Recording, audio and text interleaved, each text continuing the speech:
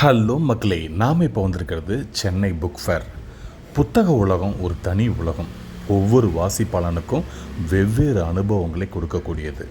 கற்பனை உலகில் சஞ்சரிப்பதற்கும் நாம் காணாத வேறு ஒரு உலகத்தையும் மனிதர்களையும் அவர்கள் வாழ்வுகளையும் அகம் கொண்டு காண்பதற்கும் புத்தகங்களால் முடியும். நமக்கு பிடித்த ஒரு நல்ல புத்தகத்தை வாசிப்பது என்பது கிட்டத்தட்ட ஒரு மெடிடேஷன் மாதிரி தான். எனக்கெல்லாம் வாசிப்பு என்பது ஒரு அனுபவம்.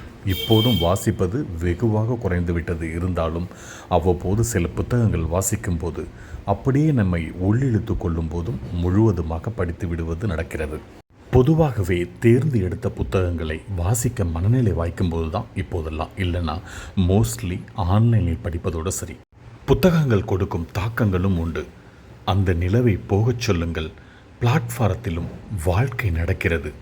இது எத்தனை வருடங்களுக்கு முன்போ எங்கள் ஹெச்ஓடி தான் படித்ததாக சொன்னது. இன்னும் மறக்கவில்லை. இப்படி கேட்டது வாசித்தது என்று எண்ணிலடங்கா விஷயங்கள் இருக்கிறது. வாசிப்பு குறித்து ஆரம்ப புள்ளி இதுவாக கூட இருக்க வேண்டும் என்று நினைத்து கொள்வேன்.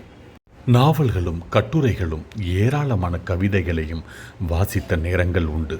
புத்தக கண்காட்சி போகும்போதெல்லாம் அதுவே ஒரு நல்ல அனுபவம். இத்தனை எழுத்தாளர்கள் இருக்கிறார்கள், இவ்வளவு புத்தகங்கள் எழுதப்படுகின்றன, இவ்வளவு மக்கள் வாசிக்கிறார்கள், எவ்வளவு கூட்டம் என்று வேடிக்கை பார்ப்பதே நல்ல ஒரு அனுபவம், கொண்டாட்டமாகவும் இருக்கும். நீங்கள் சென்னையில் இருந்தால் கண்டிப்பாக ஒரு முறை புத்தக கண்காட்சி போயிட்டு வாங்க. உங்களுக்கு படிக்கிற வயசில் சில்ட்ரன் இருந்தால் அவங்களையும் கூப்பிட்டு போங்க.